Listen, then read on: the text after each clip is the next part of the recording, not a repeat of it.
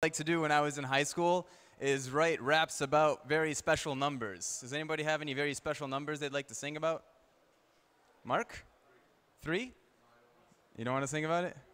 Okay, so I got this rap. It's about the Avogadro's number, the number that describes how many atoms of an atom you need to get that atom's atomic mass in grams. So just trying to say the definition is basically like a rap, right? So it goes something like this. 6.02 times 10 to 23, that's about how many guards I keep to keep my keep free from the freaks who seek it. Dude, that's a big number, and shoot, I mean it. If I had that many atoms of an atom, I get its atomic mass in grams. Dude, that's hard to fathom, says a atom, but I'm Papa Mole, and this is my mole rap. I got a pistol and a goose feather cap, and I'm coming through, so you all's better scat. So, thank you, that's it's a short rap about the number 6.02 times 10 to 23. I thought you guys were going to only come to Republica to go entertain yourselves and sit back and like passively and like watch things happen, but I'm sorry if I educated you just a little bit. So what I'm going to talk to you about today is hackerspaces and conflict zones. Let me give you a little bit of a history about myself. My name is Bilal, and I'm super friendly. If you get too close, I will give you a hug, and I encourage you to like test me on that. I grew up in Michigan, near Detroit. If you guys know Detroit, it kind of looks sort of like Rijeka, sort of like Beirut, sort of like Cairo, sort of like something that was once grand that no longer is, okay? And I think that one of the things that is really wonderful about these concepts of hackerspaces, I don't know if you guys have ever walked into one, but what they do, they're like mitochondria, right? You give them stuff, you give them inputs, you give them things, and they turn abandoned factories into art galleries. They turn places where there's nothing growing into urban farms, and they're kind of recreating a better future. And here's one of the reasons why I started to make the connection between where I grew up in Detroit and the Middle East. I don't know if you guys can tell, but I have a beard. This is natural, it's not a prosthetic. So my parents are from Iraq, and the only time I was ever able to visit my family was by going to Syria. Because Syria, I don't know if you guys remember, back like 2007, was safe, and Iraq wasn't safe.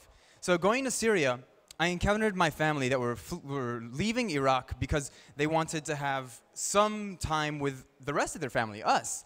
And one of the things that I noticed within their eyes was complete and utter despair, like not wanting to be in Iraq, wanting anything, if at all possible, to leave the country, to flee. And they had no hope. And I started going back home to Detroit, and I started seeing what happens with this open source mentality, this community framework, where people can start seeing themselves engaging with other people. And I was like, holy shoot. The beginnings of the seeds were planted in my mind about collaborative community spaces in the Middle East, potentially overcoming sectarian issues, potentially giving up on waiting for the government. I don't know if you guys know anybody from the Middle East. Who here is like from the Middle East or knows people from the Middle East? How many people here know that they're waiting for something to change, right? Is that true? They're waiting for the government. Generally, it's the government. They're like, مشكلة الحكومة, you know, بعد شوية ننتظر في شيء, da da da, okay? That's despondency is no longer going to work. And once the revolution started happening in the Middle East, in Egypt, I realized that now is the chance to start sharing this empowering idea of do it yourself and of controlling your environment and doing something. So one thing that I'd like you to do, just as a bit of an experiment, I want you to talk to the person next to you, hopefully you don't know each other, and just introduce yourselves. Can you just like introduce yourselves to one person? All right, cool. And I'm going to go back. Oh yeah, and please come in closer. Introduce yourselves and like pull them closer to you. Just right, like bring them in if you can. All right. You guys in the corner, can you sit over here? I'm lonely. Please.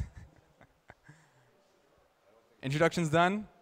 All right, we're going to play this movie now. So this movie happened concurrently with Cher last time we were in Beirut. So Mark Farra is from Beirut. He's one of the co-founders of Lumba Labs. Lumba Labs is a hackerspace in Beirut. For those of you who don't know what a hackerspace is, we will explain it in the movie, which is precisely why we made this movie. This is a short movie about our experience during the time when we were in Beirut with the first build-out of Lumba Labs, along with Cher. So hopefully you like it. It was fun to make. And I want to thank Karen, Justin, Susu, all of the Kickstarter backers for making this happen, and Lumba Labs. GEMC. So GEMC is the organization that I do this work through. GEMC stands for the Global Entrepreneurship and Makerspace Initiative. I work on trying to help people come together to kick the ball off for starting these hackerspaces in Beirut, Baghdad, Egypt, and Morocco. If you want to talk to me about Jamsi after the movie. So here's Jamsi. All right. The social problems that we face, Audio? economic problems that we have, all of this create a lot of pressure on the face, the economic problems that we have. All of this create a lot of pressure on the human being trying to survive here and trying to create something out of nowhere. It's the cultural epicenter of the city, of the country. It's the academic epicenter of the country. It's a place full of contradictions, but in a good way. Most of the Lebanese speak many languages, Arabic first and then either French or English. Basically, Beirut is really, really crazy place. It's very challenging and it's a tough place to be. But the nice thing about it is because it's challenging and because it's tough, there's lots of potential for change.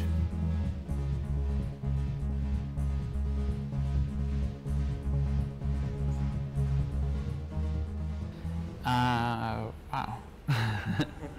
There are a lot of challenges to doing anything in this country. There are the basic challenges of, bureaucracy, corruption, electricity being out from between 3 and 7 hours per day, sometimes on schedule, sometimes randomly. Internet problems, water problems. The amount of time and effort that goes into just making sure these basic things are done is much greater than in many parts of the developed world. There's lots of this, idea of helping out, making a change. Everybody wants to make a change in Beirut. Sometimes most people, they don't know how to do it, but everybody wants to make a change.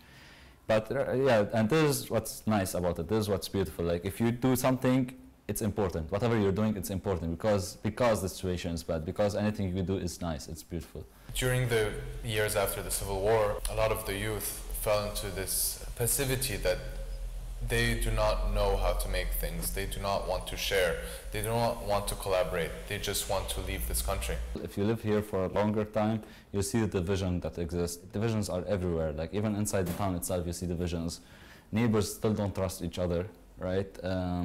Because of the war, because of what happened in the war. We kind of lost the sense of community and what it means to be part of a society and of a community and how we can actually work to improve this community. It's a mixture of different cultures and languages and religions. So we try to reflect that in our hackerspace. There is a little generation now that is wanting to be together and wanting to be not like the other generation. And at the same time, it's a generation that wants to make things. We want a space, right? And we want to sit down and work together. Like we need just a workshop where we come in, we have fast internet, we have good electricity, and we have all the tools that we need. This is how the idea of the hackerspace came to be. Like we wanted a space where all of this can be merged into a single location. A hackerspace is a place where people come together to collaborate on projects and to share their knowledge and their tools. It's just an open space where people come together. I think that many people want to build something and they came together and built Lamba Labs. Lamba means light bulb in Arabic. Whenever there is a bright idea that comes to mind, we always represent it with a light bulb. It's the idea, the spark that would initiate a project. And it's this light bulb that might change a person's future and change a person's life. Also Lamba, because we have no electricity in Lebanon, so we need Lamba, we need light. So Lamba is a necessity in Lebanon. Every week we're doing certain events. For example, this week we had an Arduino workshop a couple of days ago. Last week we had a silk printing workshop. And this weekend we're having a hackathon. So the concept is that anybody can come in, and for 48 hours they have to develop a product and finish it in a couple of days. We're kind of trying to push people and to promote this DIY culture where people can actually do and produce instead of just consume.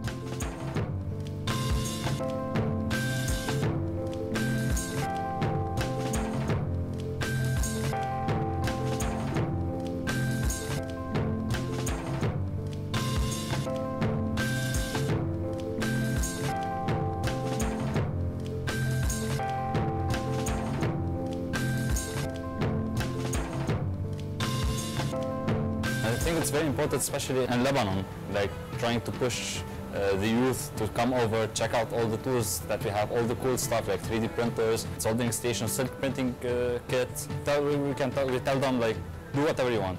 You have this tools, just create stuff. We are both working on an Arduino processing project called the 3D controller. I mean, we didn't know anything about this at all before. There were some challenging moments, you could say, within this. If we didn't have like people to talk to, whether it is Kai or people around here, then we would have given up a lot sooner. Yeah, coming from non-engineering, non-electrical backgrounds and having to look up resistors and everything. And when you come here, you feel like everybody is working around you. Whenever you see that a project is actually completed, it just gives you the inner feeling that you want to do something, you want to be able to produce. This is not something that is extraordinary or something that happened on another planet. This is what should actually happen, is people to be able to connect together. Most beautiful things come out when you allow people from different backgrounds with different viewpoints to collaborate together. So my name is Sevak Babikian and I'm actually an engineer, a mechatronics engineer, and I'm working in Lamba Labs mainly on sensors and trying to mix science with art. We're both working on the idea of censorship and how these sensors actually censor my body. So she wears those sensors, which are tilt sensors, pressure sensors and flex sensors for her arms, and she can actually control volume and make some beat, adding her touch to the actual music that is playing, which she can actually pause or play with her body.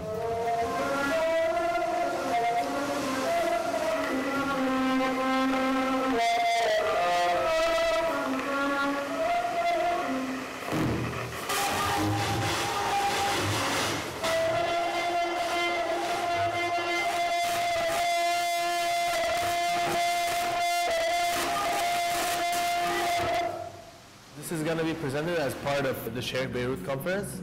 I mean, the number of people who are going to attend is pretty huge. So we're hoping to actually catch some attention, get people more involved, get more ideas, more feedback from people, mainly from different backgrounds, which actually adds to the whole idea of our hackerspace, which is kind of merging people with different backgrounds and doing awesome projects together. Shared Conference is some kind of really strange event. It's a hybrid between internet culture, activism and music, progressive music. So it's some big gathering and celebration in some way, some kind of Christmas for internet. Sometimes we miss this, human touch, because like a lot of internet activism is hidden behind some kind of encrypted mails and Tor, and sometimes you really need to gather and to see people and speak with them and have fun. And it's a really great feeling when you realize that you are not alone and then there is like 1,000 people like you. Shared Conference had a lot of impact on Lamba Labs. It's the first time where we have such an event that brought people from all over the world to Beirut just for free and shared information for free and shared talks and workshops and everything for free. Share was kind of like the first big event for Lamba Labs, and people were coming in, they were seeing what we're doing, they were asking, they were playing around with electronics. Simply by seeing that, people started asking like, what is Lamba Labs, what are you guys doing? It allowed us to meet other people like us. It allowed us to publicize Lamba to everyone. And because we built a temporary hackerspace on the last floor, and we covered the walls with paper, and we let people just paint on the walls and draw and express themselves, they got to get a feeling of what a hackerspace is and what it means to work together. In the beginning we were kind of like worried this might not kick off, this might not work, and what are we doing exactly? Like, it's not defined. But after like seeing people's reaction, it gives us lots of hope, and basically it makes me feel like I really want to keep on doing this and spread the news all over Lebanon. We want hackerspaces to be all over Lebanon. For me, what is the most important is that people are gathering in hackerspaces, trying to do something together. But also, what is really interesting for me, it's some kind of alternative business model. Not business in a way of like making money, but in a way of surviving. all of us were speaking about this, like radical openness, like sharing, creating things, everything is free, everyone love each other. But the hackerspaces are ones who are in reality trying to deal with the survival. This is some form of test of how the new economy can live. Look, I mean, nothing works in isolation. I think that the potential of these spaces as catalysts, as enablers, I think is great. I think really, one of the interesting things about this space is, we put a lot of emphasis in the space, and we're working to make the space look really cool, and we want to make it really funky and inspiring and functional, and all of these tools and everything. And in the end, the space is not the objective. The space really is just a facilitator. It is this shell. Now, it's an important one. It helps people. But what, in my mind, is more important is how we can use this space and other spaces to build the communities of people who actually then do stuff. So we hope that things that we do here will help inspire teachers to do cooler things in their schools, that will help banks or investors be more excited about funding different things, that will help different commercial entities be more excited about sponsoring things, that will help the university start different programs that can help students be more creative or more practical and hands-on in their approach. And that, again, we're just one sort of element of that. In the summer I went in a Europe tour, and I passed by Seabase in Germany, in Berlin. I went also to MetaLab in Vienna, and I saw the hackerspaces, and I talked to them, and everybody was like, yeah, like hackerspace in the Middle East, that's gonna change stuff. Historically, whatever happens in Beirut, it's usually spread out around Beirut. And I really believe if we do a great job in Beirut, it will initiate a movement all around. If it gets viral, hackerspaces get viral in the Middle East, I think, seriously, it will change lots of stuff. It will create spaces where people can actually talk about stuff, they can discuss stuff, we can have collaborations. I think having more of such spaces will change the face of Lebanon, it will change the face of the world. I think that hackerspaces are contagious because they promote community, the sense of making things, and I think it connects to the young generations, and it connects also to the will of change, but to the real one. It's not just a need to be loud or destructive, it's a need to actually make a physical change, not just in the words, not just in the slogans, but on the ground, with the people. I mean, the more we spread the word, the more hackerspaces have the chance to exist. All right.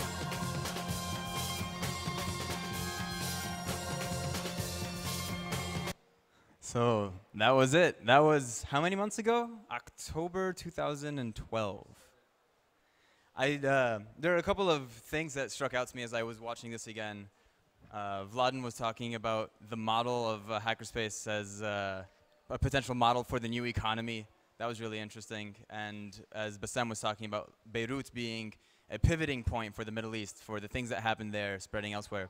And I want Mark, one of the co-founders of Lumba Labs, to come and maybe give us some of his analysis about what has been positive for the last 9 months and negative. And if you guys have any questions about Lumba Labs or the movie you saw, you can ask away.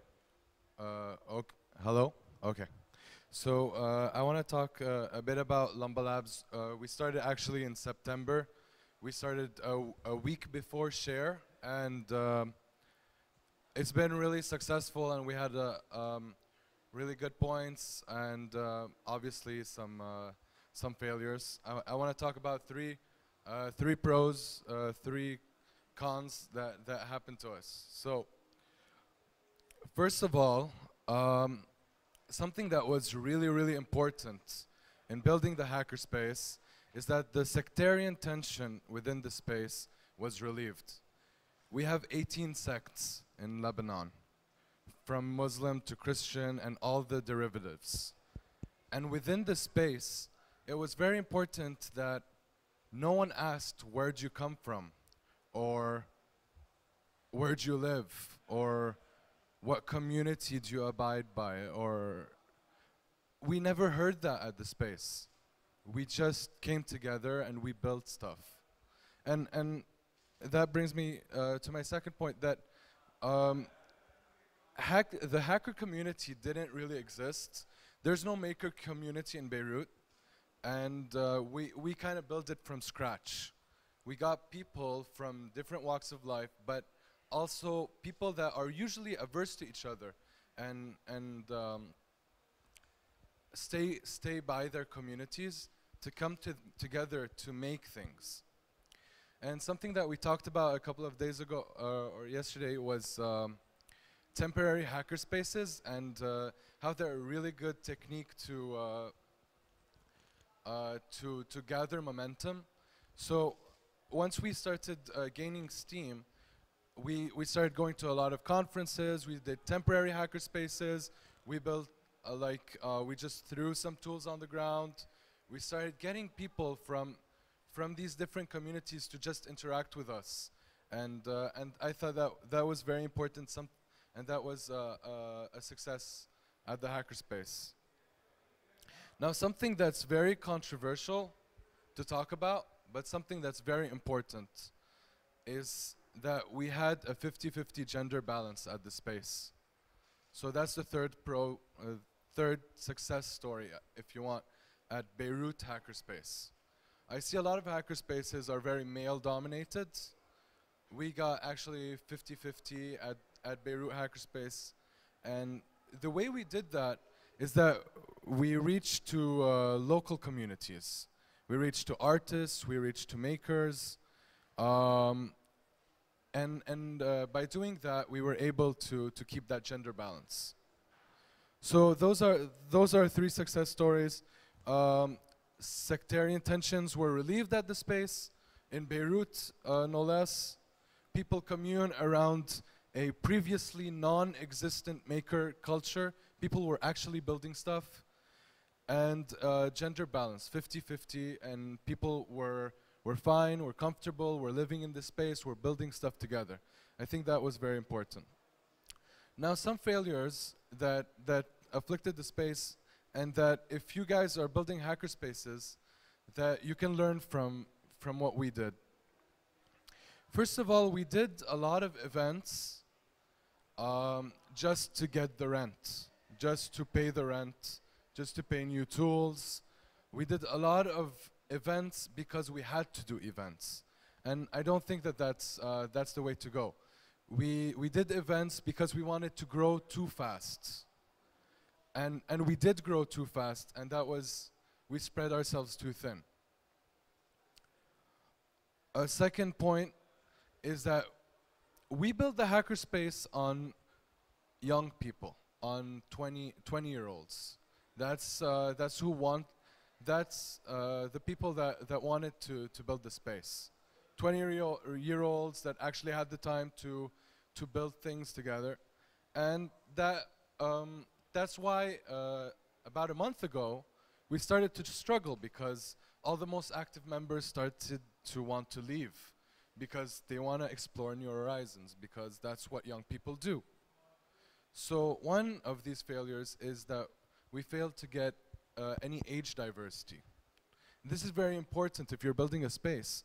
I think we were talking about this in the Hackerspaces talk, that it's very important to have people from different ages, because people with stable income, people that have already established themselves within the community, because that way you can expect that those people will stick around. And a third thing that I want to talk about, and especially for Beirut. Well, Lebanon had a civil war, and we had a huge diaspora. We had a huge diaspora of people leaving outside Lebanon, and we kind of failed to communicate with these people. These are Lebanese expatriates. A few months ago, they came back for a conference, a few of them. They said, wow, we actually have something like this in Beirut. Now, I don't know about if you can face the same situation, but it's really important to bring those people in the loop, those expatriates that actually want to build things, that actually want to make something out of Beirut, but don't know where to start. All they see is politicians, corruption, scandals, but they don't know that there are actual communities that want to build things. And that's something that I wanted to share, that we had better, we needed to communicate with these mentors. So that's about Lamba Labs' story. We've been 9 months active. It's a really interesting hackerspace because I don't know why we called it a conflict zone, but it's in a conflict zone, Beirut, apparently. Well, the hackerspaces that we work with, like, are in Baghdad, Beirut. Yeah, but like if you ignore the travel warnings, I mean. By all means, come visit Lebanon and visit Yeah. Lamba Labs. They're really wonderful people. Okay, so I think, do you want to talk about something? I just wanted to close off with a couple things. So I think one of the most important things that a hackerspace can provide is the infrastructure and the stories of people doing things. So one of the reasons why I asked you to introduce yourself to somebody sitting next to you is because this is one of the forms of passivity that I think we need to start combating.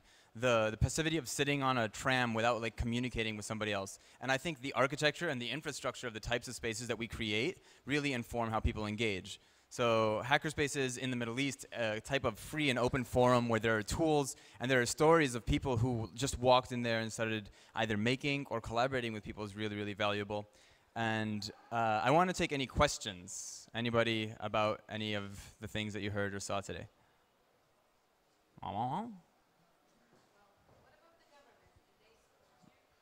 For Beirut? Okay, so the deal with the government is that any deal that they want to make is very corporate. And that's very, very counter to the idea that we're trying to build. Now, they're trying to change, but there are still a lot of restrictions, and we want to work around that. Maybe work with them so that they understand that we want to build something completely different than what they're used to. Now, someone very smart told me something about Beirut, which is the standard for achievement is mediocrity. That means that when you're building something, just slapping a name on it, saying this is what we built, and then have a photo op, then that's good enough for everyone, because we're only 4 million people. Just saying that you did something will get the word around that you're someone that does something. But actually making is very difficult. And the government comes at it as we're going to take a bunch of photos, we're just going to fund them a bit, I don't know. But we don't want to do that. We want to have actual change. And I'm sorry? The media has been positive, but still, something that was very interesting, that the traditional media is very political, very biased, and any sort of change is, well, not frowned upon, but they try to put it in a certain political view. And that's why we resorted to the internet. Internet media has been kind to us. And there have been some television slots that have been pretty good too. Yeah, but those are television slots for like fun kids playground. Anybody else? Anybody want to visit Beirut a little bit more now? Woo! All right. Concrete jungle. Okay. It's something that I want to add is that if you have a hackerspace, or you're building a hackerspace, or you're trying to maintain a hackerspace, it's very important to keep it within the context of your community. There's no way of building a hackerspace. There are no guidelines. We learned a lot, we failed a lot, we succeeded a lot, but we stayed true to the fact that we're Beirutis and we're Lebanese, and that's very important. And you have to think that the hackerspace is very contextual, very based on your community, and you're providing the needs of your community. Okay. So any more questions? Anybody? Anybody else? Okay, I guess. All right, well then I'm going to close off by waxing lyrically about how awesome Mark Farra is. And what I would like you to do is the person that you introduced to or the person that you came with, I want you to tell somebody else about how awesome they are, okay? So I'm going to give you an example. I'm going to start. So Mark is one of the hardest working people at Lumba Labs. So anytime anything has to happen, Mark is there either with a car or with his manly muscles, lifting chairs, bringing stuff in, taking from his time and his effort and his care to see this community grow, and he's doing everything he can to make it happen. He's one of the people that's really understood the vision of Lumba Labs and has been working really hard consistently all throughout to make it happen. He was one of the first people that I met wandering around the streets in AUB, and he's been like a miracle worker. And I encourage you, mark.farra@gmail.com or mark@lumbalabs.org. Send him your praise because he's a beautiful expression of a human being on earth. Thanks. Okay. So something like that, but to the person that you came with. Okay, thanks, Bilal. Right, and applause for Bilal. Bilal, the catalyst of so many makerspaces around the world. This guy makes it happen, and you should follow Gemc. Oh yeah, Gemc.org. Put up Gemc's logo. Follow Gemc. That's Bilal's work. That's his organization. He builds hacker spaces. He can help you out a lot.